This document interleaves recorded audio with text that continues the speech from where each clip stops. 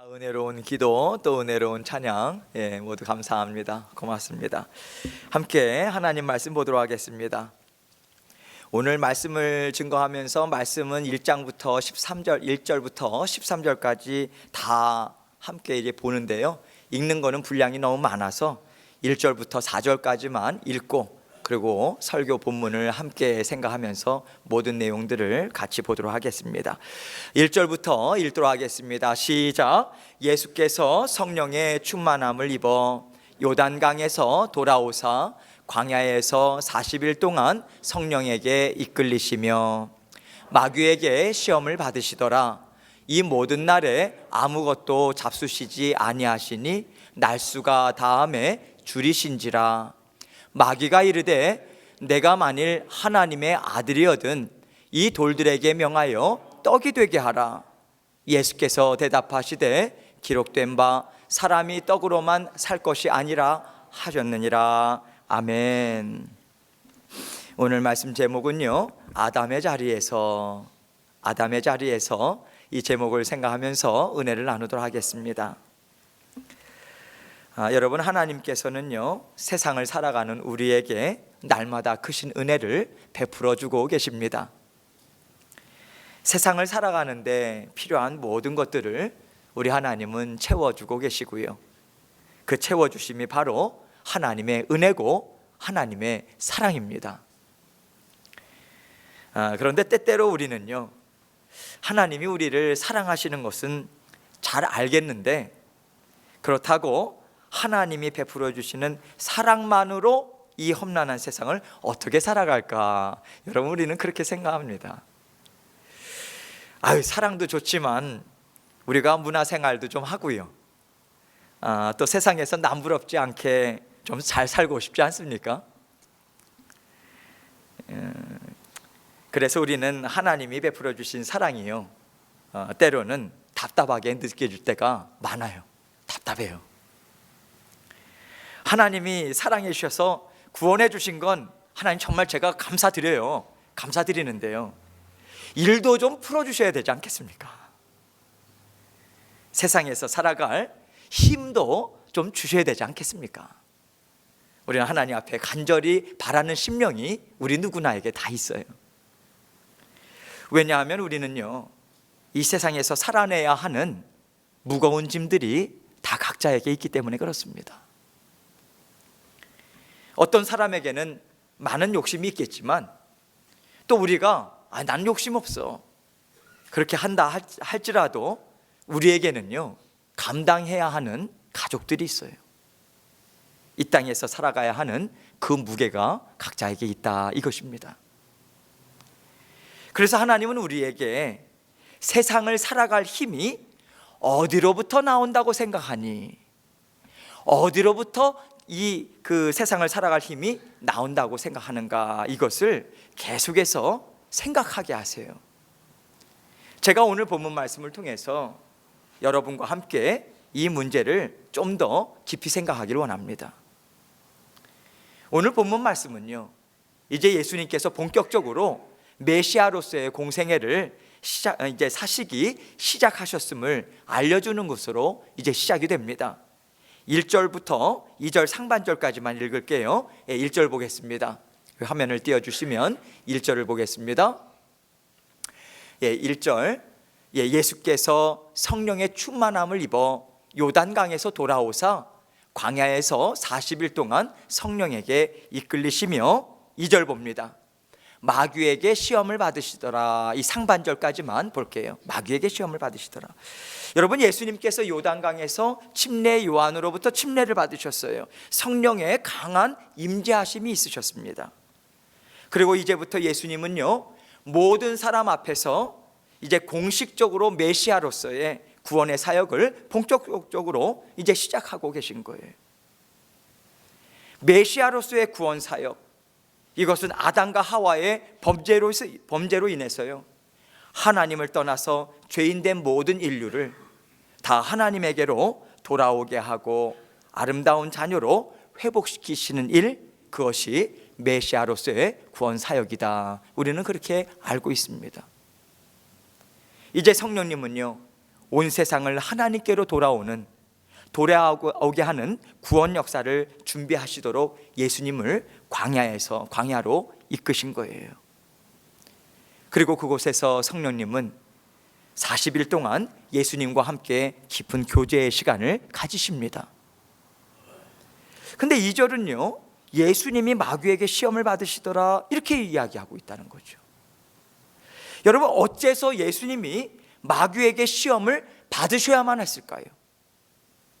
예수님이 마귀에게 유혹을 받을 만한 그런 분이십니까? 우리가 이 질문에 대한 대답의 단서를요, 성령에게 이끌리시며 라고 하는 말씀을 통해서 우리는 얻을 수 있어요. 성령에게 이끌리시며, 성령이 인도하셨다는 얘기죠. 여러분, 메시아로서의 예수님의 구원 역사가 이 말씀, 이 성령에게 이끌리시며 라고 하는 말씀은요, 메시아로서의 예수님의 구원 역사, 그것이 인류의 시조였던 아담이 사탄의 유혹에서 넘어졌던 그 자리로부터 다시 시작됨을 암시해주고 있다라고 하는 것을 우리는 기억할 필요가 있습니다. 아담이 패배했던 사탄의 시험을 이제는 예수님께서 승리로 역전시키시는 거예요. 그 구원의 역사를 힘있게 시작하심을 암시해주고 있다, 이것입니다. 성령님께서는 인류의 첫 대표인 아담은 마귀의 시험에서, 유혹에서 패배했지만 새로운 대표자 제2의 아담으로 오신, 마지막 아담으로 오신 예수 그리스도는 승리하셨다. 그것이 오늘 말씀을 통해서도 말씀으로 승리하시는 예수 그리스도의 모습, 그것을 보여주고자 원하시고 계신 거예요. 이런 맥락에서 예수님께서 공생애를 시작하시자마자 사탄이 시험을 한 것도요, 아담을 넘어지게 하고자 접근한 것과 동일합니다. 똑같은 모양이에요. 그래서 사탄은 아담과 하와를 유혹했던 것과 동일한 방법들을 써나가기 시작합니다. 그것을 2절 하반절로 3절이 먼저 이렇게 이야기하고 있어요. 2절 보세요. 하반절부터 있습니다. 2절 하반절부터, 이 모든 날에 아무것도 잡수시지 아니하시니 날수가 다음에 줄이신지라. 3절입니다. 마귀가 이르되 내가 만일 하나님의 아들이거든 이 돌들에게 명하여 떡이 되게 하라, 이렇게 이야기합니다. 여러분, 예수님은 완전한 사람이셨죠? 완전한 하나님이셨습니다. 완전한 사람이셨기 때문에 40일 동안 아무것도 드시지 못하셨어요. 얼마나 배고픔이 극도에 달했겠습니까? 당연한 거죠. 그때 사탄은요, 예수님의 하나님의 아들인 것을 몰랐겠습니까? 당연히 알죠. 그놈은요, 아는데도 물어요. 너가 하나님의 아들이거든 하면서 이 돌들을 떡이 되게 하라, 이렇게 이야기하죠. 사탄이 예수님께 이 같은 시험을 한 것은요, 예수님으로 하여금 하나님을 신실하게 의지하는, 여러분, 예수님께서 이 땅에 이적을 베푸시고 기적을 베푸실 때는 하나님의 허용하심 가운데 철저하게 순종함은 가운데 그 뜻이 맞을 때에 행하셨습니다. 독자적으로 행하지 않으셨어요. 그런데 여기서는요, 돌들을 떡덩이가 되게 하라, 너 혼자 독자적으로 해라, 능력 있지 않냐, 부추기고 있는 거예요. 그러자 4절과 같이 예수님이 뭐라고 말씀하십니까? 4절 보세요. 기록된 바 사람이 떡으로만 살 것이 아니라 하였느니라, 이렇게 이야기합니다. 예수께서 대답하시되, 기록된 바 무엇입니까? 말씀을 인용해요. 사람이 떡으로만 살 것이 아니라. 여러분, 예수님이 지금 인용하신 말씀은 하나님께서 모세에게 이스라엘 백성들에게 주셨던 신명기 말씀이에요. 신명기 8장 3절 말씀인데요, 조금 쉽게 새 번역으로 번역된 것을 제가 읽을게요. 제가 읽겠습니다. 주님께서 당신들을 낮추시고 굶기시다가 당신들도 알지 못하고 당신들의 조상도 알지 못하는 만나를 먹이셨는데, 이것은 사람이 먹는 것으로만 사는 것이 아니라 주님의 입에서 나오는 모든 말씀으로 산다는 것을 당신들에게 알려주시려는 것이었습니다, 이렇게 이야기했습니다. 사람은 먹는 것으로 사는 것이 아니다, 그런 존재가 아니다. 하나님의 입에서 나오는 모든 말씀으로 살아가는 것이다, 이것을 이야기합니다.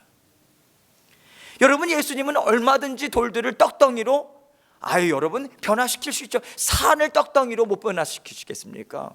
변화시키시죠. 그러나 여러분, 극도의 배고픔 그 가운데서도 예수님은 오직 하나님만 의지합니다. 하나님의 말씀에만 나는 순종한다라고 하는 것을 그대로 보여주는 거예요. 난 너 얘기 듣지 않아.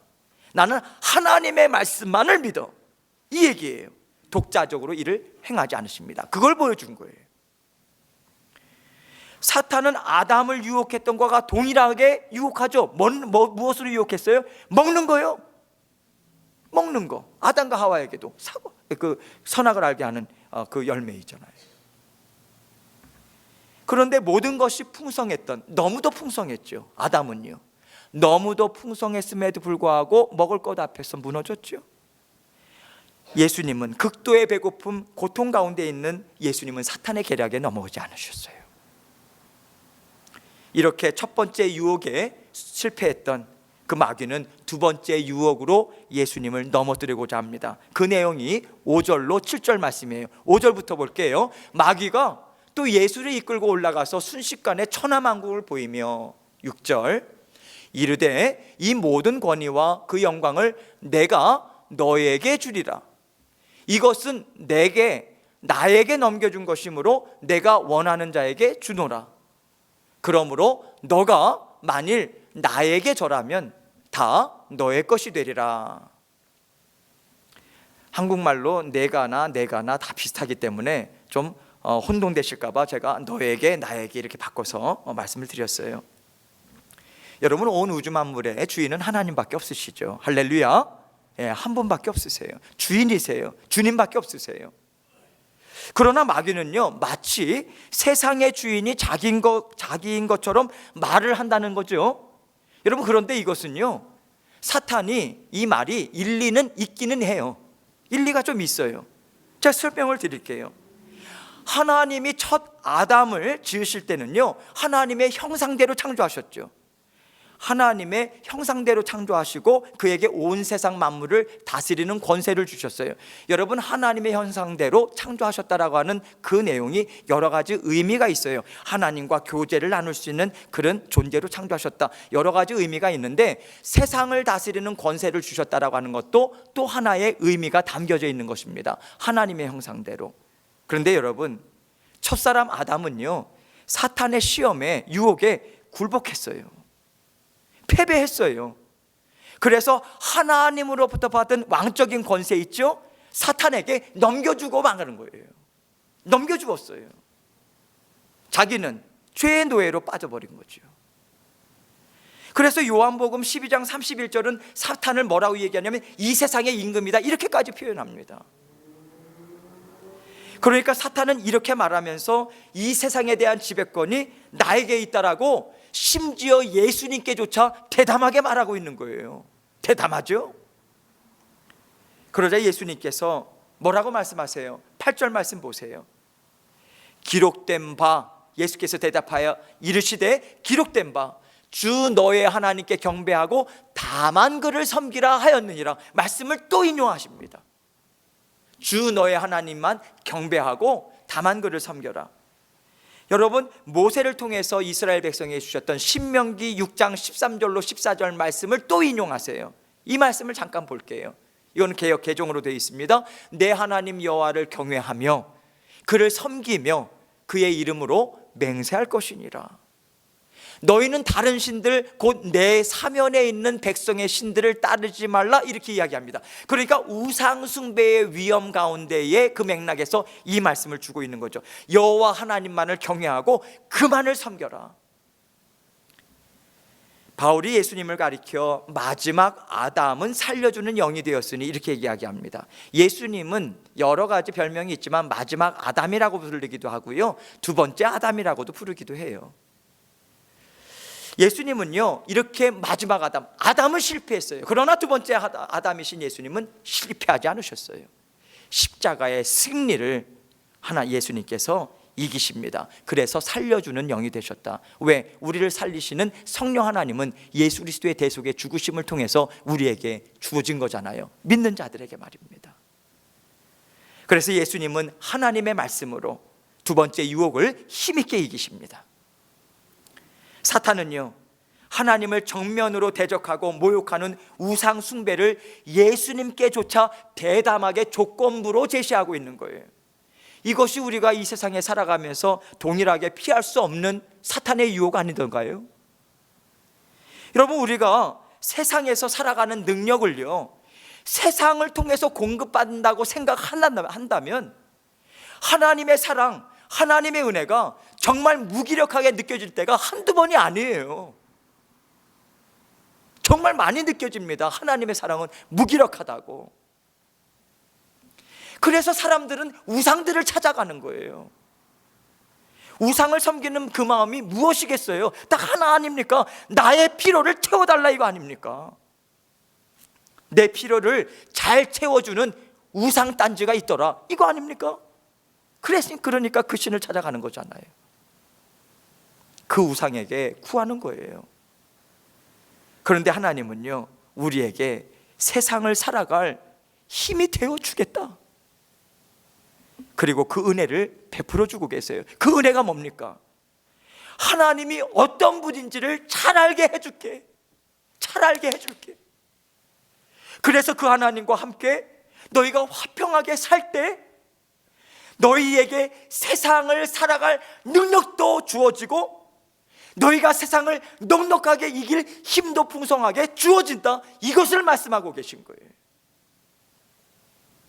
하나님이 우리에게 십자가의 길이다 하시고요, 하나님을 깊이 깨달아 아는 그 고난의 시간도 하나님은 허락해 주세요. 그래야 우리의 영이 깨끗해지거든요. 우리 하나님과 더 친밀한 교제를 나눌 수 있는 것도 사실입니다. 그런데 여러분, 우리 하나님은요, 세상을 창조하신 하나님이시고요, 세상을 처음에 창조하실 때는요, 우리에게 처음부터 험난한 길을 주신 분이 절대로 아니에요. 하나님이 세상을 창조하실 땐 모든 필요를요, 우리가 살아가는 이 땅에서 저절로 공급받도록 하나님은 그렇게 풍성한 사랑을 베풀어 주셨던 분이에요. 아담과 하와 보세요. 흐드러지게 널려있는 열매 먹으면 되는 거예요. 험난한 인생을 우리에게 주신 적이 없으셨어요, 처음에 창조하셨을 때는요. 그런데 우리가 그것을 받지 못한 거예요. 우리가요, 먹는 것, 입는 것, 그것만 갖고는 못 살겠다. 하나님처럼 나도 좀 권세라는 것 같고, 나도 좀 능력이라고 하는 것 같고, 이 세상을 나는 다스리고 싶다. 여러분, 그 지나친 욕심을 가져서 하나님을 배신한 거 아니던가요? 하나님이 우리를 사랑하시기 때문에요, 이 세상을 살아가는 데 필요한 모든 필요를 공급해 주십니다. 처음부터 이 세상에서 살아가는 데 필요한 것은 하나님으로부터만 공급받을 수 있도록 만들어졌어요. 세상의 창조가 그렇습니다. 그래서 우리는 이 세상이 어떻게 만들어졌는가, 여러분, 끊임없이 우리가 그것을 생각해야 돼요. 여러분, 왜 그렇게 세상 사람들이 창조의 원리를 믿지 않는지 아십니까? 왜 그렇게 끊임없이 진화론을 가지고 들고 나올까요? 왜? 세상이 하나님으로부터 만들어졌다, 하나님이 다 다스리신다, 그래서 이 세상을 살아가는 모든 힘은 하나님으로부터 나온다, 이 세 가지가 다 연결되어 있기 때문에 그렇습니다. 하나님이 세상을 창조하셨다는 것은요, 모든 세상의 원리가 하나님께 있다는 것을 인정하는 것이 되는 거예요. 왜 그렇습니까? 세상은 하나님의 말씀으로 창조되었기 때문이죠. 그래서 세상을 살아가는 모든 힘의 근원이 하나님의 말씀에 있다는 것을 세상이 인정하기 때문에 그렇습니다. 그게 싫은 거예요, 세상은요. 어떻게 해서든 그것만을 막아보자고 애를 쓰는 것입니다, 세상은요. 그래서 세상은 우연히 생겼다, 이것을 과학적으로 우리가 증명할 수 있다. 계속해서 우리에게 하나님을 뺀 세상을 증명하려고, 설명하려고 애를 쓰는 거예요. 세상에서 하나님을 빼면요, 가장 지혜로운 자가 누굽니까? 사람이죠. 사람입니다. 사람의 지혜가 이 세상을 다스리고 있다는 것을 설명하고 싶은 거예요. 그래야 세상의 주인이 사람이 될 수 있기 때문에 그렇습니다. 이것이 바로 바벨탑을 높이 쌓아 올렸던 그 사람들의 심정이 아니겠습니까? 바벨탑을 쌓아 올렸던 그 자손들이 바로 우리 아니겠습니까? 노아의 홍수 후에도요, 우리는 여전히 그 바벨탑 앞으로 돌아가고 있습니다. 하나님은 이렇게 우리가 세상에서 우리의 이름을 새기자 하고 살아가는 자녀들임을 너무도 잘 아세요. 그래서 하나님은 말씀을 주신 거예요. 말씀이요. 말씀을 마음에 새겨라. 말씀이 너희를 다스리게 하라.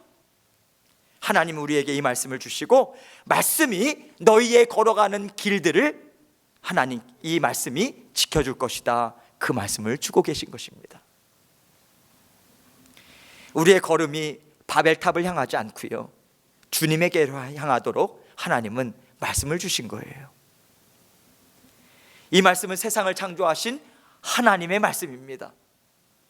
이 말씀은 지금도 세상을 다스리시는 하나님의 권능의 말씀인 것입니다. 그래서 이 말씀을 우리가 붙잡을 때, 이 말씀에 우리가 붙잡힐 때 세상을 창조하신 하나님을 우리는 깨달아 알 수 있고요, 세상을 재창조하시겠다라고 하는 하나님의 은혜를 우리는 받아 누릴 수 있는 것입니다. 두 번째 유혹도 사탄은 실패했어요. 이제 세 번째 유혹을 단행합니다. 오늘 그 내용이 9절로 11절 말씀이에요. 9절부터 봅니다. 또 이끌고 예루살렘으로 가서 성전 꼭대기에 세우고 이르되 너가 만일 하나님의 아들이어든 여기서 뛰어내리라. 기록되었으되 하나님이 너를 위하여 그 사자들을 명하사, 이 사탄이 성경 말씀을 감히 인용해요. 지금 너를 지키게 하시리라 하였고, 또한 그들의 손으로 너를 받들어 내 발이 돌에 부딪히지 않게 하시리라 하였느니라. 지금 이게 사탄 얘기거든요.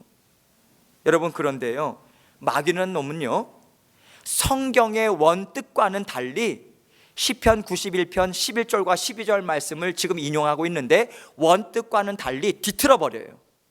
말을 왜곡시켜 버려요. 그 내용이 무엇이냐면, 이 지금 시편에 담겨진 지금 이 마귀가 사탄이 인용했던 이 말씀의 원뜻은, 시편 말씀의 원뜻은 택하신 백성들이 어떤 상황, 어떤 어려움이 있다 할지라도 하나님은 반드시 구원해 내신다. 그 하나님이 너무 감사해서 찬양 올리고요, 영광을 올려드리는 문맥이에요. 문맥이. 그런데 이 지금 사탄은 하나님이 너를 도와주나 안 도와주나 시험하라고 하는 문맥으로 뒤틀어 버립니다. 그래서 하나님을 의심하게 해요. 여러분, 지금도 마귀는요, 성도들이 하나님의 말씀을 잘못 이해하고요, 잘못 적용하도록 유혹함을 통해서 하나님께 대한 그들의 순수한 신앙을 자꾸만 망가뜨리려고 합니다. 그래서 예수님은 이러한 마귀의 의도를 간파하시죠. 하나님의 말씀으로 또다시 대적하십니다. 이렇게 해서 결국 사탄은 예수 그리스도 앞에 패배해요. 그리고 오히려 패배하고 맛보고 물러갑니다. 이것을 오늘 본문 12절로 13절은 이렇게 증거합니다. 12절부터 볼게요. 예수께서 대답하여 이르시되 주 너의 하나님을 시험하지 말라 하였느니라. 13절입니다. 마귀가 모든 시험을 다한 후에 얼마 동안 떠나니라. 여러분, 우리는요, 세상을 창조하신 하나님의 자녀들입니다. 그 자녀됨을 놓치지 않고 살아가기 위해서는요, 하나님의 말씀을 우리는 정말 깊이 깨달아 알아야 됩니다. 하나님의 말씀을 깊이 깨달아 알기 위해서는요, 말씀을 들어야 합니다. 읽어야 하고요, 배워야 합니다. 하나님의 말씀은 배워야 합니다. 계속해서 읽고요, 묵상해야 돼요. 묵상한다라고 하는 것이 무엇입니까? 내가 깨달은 말씀을 삶 가운데 어떻게 실천하면 좋을까? 이것까지 생각하는 단계가 묵상의 단계라고 말씀을 드렸죠. 묵상해야 돼요, 여러분. 그래서 우리가 주의 몸된 교회를 무엇으로 이루어야 하는가? 말씀밖에 없습니다, 여러분.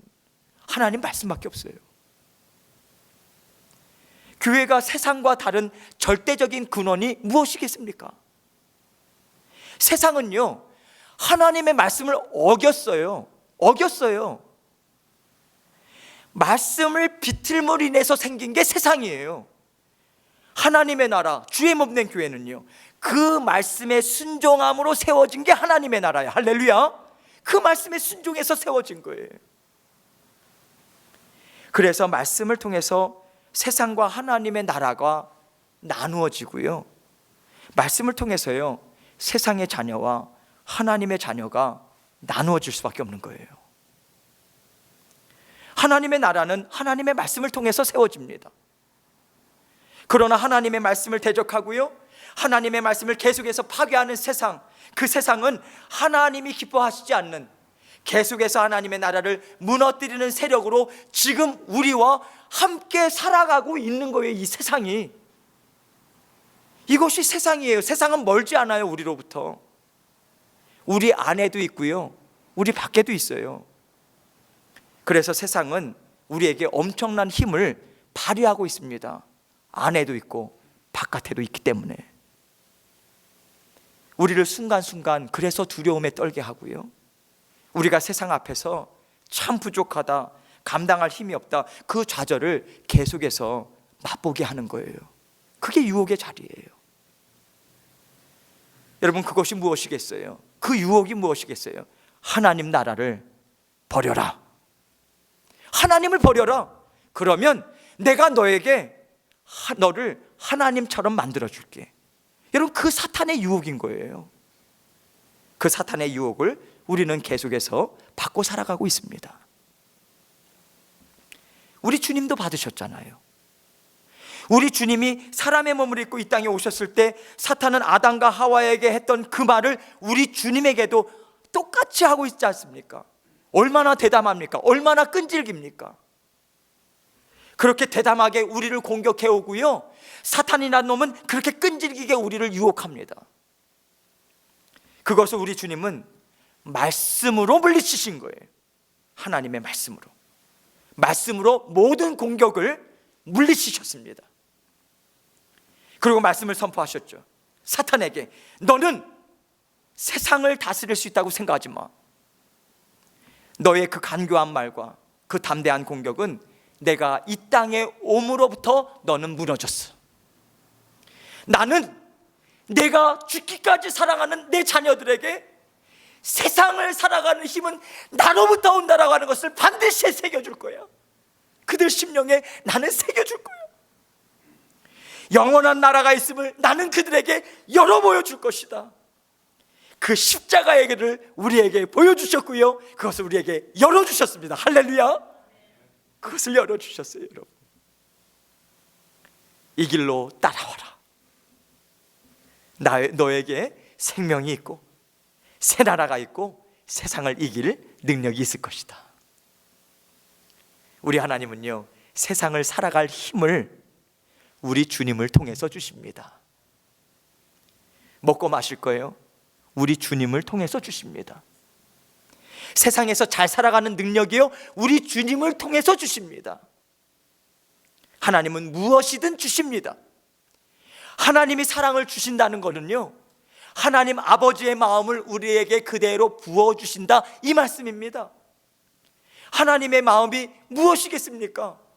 여러분을 향한 하나님의 마음이 무엇이겠습니까? 얘들아, 잘 살아라. 정말 잘 살아야 돼. 이 땅에서 정말 승리해라. 그게 여러분을 향한, 저를 향한 하나님의 간절한 마음인 거예요. 그래서 하나님께서 하나님의 나라를 세상에 힘있게 세우는 일을 우리에게 맡겨주시고 하나님의 말씀을 주고 계신 것입니다. 넉넉히 감당할 지혜, 능력이요, 물질이요, 건강이요, 모든 필요요, 하나님은 우리 주님을 통해서 허락하십니다. 여러분, 지난 한 주간도 저는 계속해서 이것을 주님 정말 고백하며 살아갈 수 있도록 도와주십시오. 나 자신이 아니라 하나님으로부터만 나옵니다. 계속해서 싸움을 싸워나갔던 지난 한 주간이었습니다.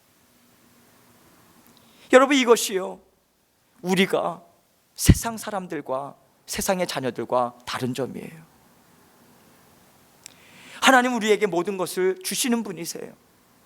세상의 것이요, 세상에서 얻지 못합니다. 세상의 것은 세상으로부터도 얻지 못합니다. 여러분, 세상에서 얻고자 하신다면요, 우리는 하나님을 대적하는 사탄의 말에 우리가 굴복해야 되는 거예요. 하나님의 말씀과 또는 하나님을 버려라.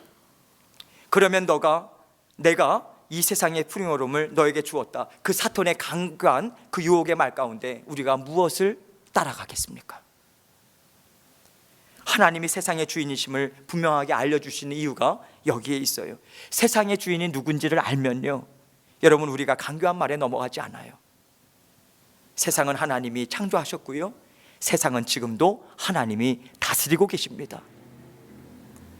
그래서 우리가 건강으로 두려워하고요, 물질로 두려워하고요, 앞날의 진로를 놓고 두려워할 때 우리는 세상과 타협하면 안 됩니다.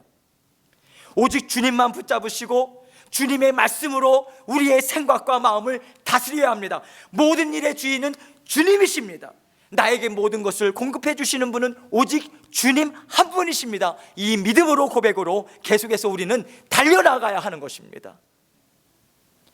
우리 주님이 그 유혹의 말씀을 말씀으로 물리치셨듯이 우리 또한 주님을 본받아서 말씀으로 물리쳐야 합니다. 교회의 주인은 누구신가? 나의 생명이 어디로부터 왔는가? 내가 이 세상에서 살아가는 삶의 모든 길은 다 우리 주님이 인도하신다. 이것을 믿는 믿음으로 우리가 계속해서 승리하며 살아가야 합니다. 그 승리가 반드시 우리의 모든 필요를 채워줍니다. 우리 주님은 주시고도 남음이 있는데요, 그렇게 우리를 뜨겁게 사랑하시는 분이세요.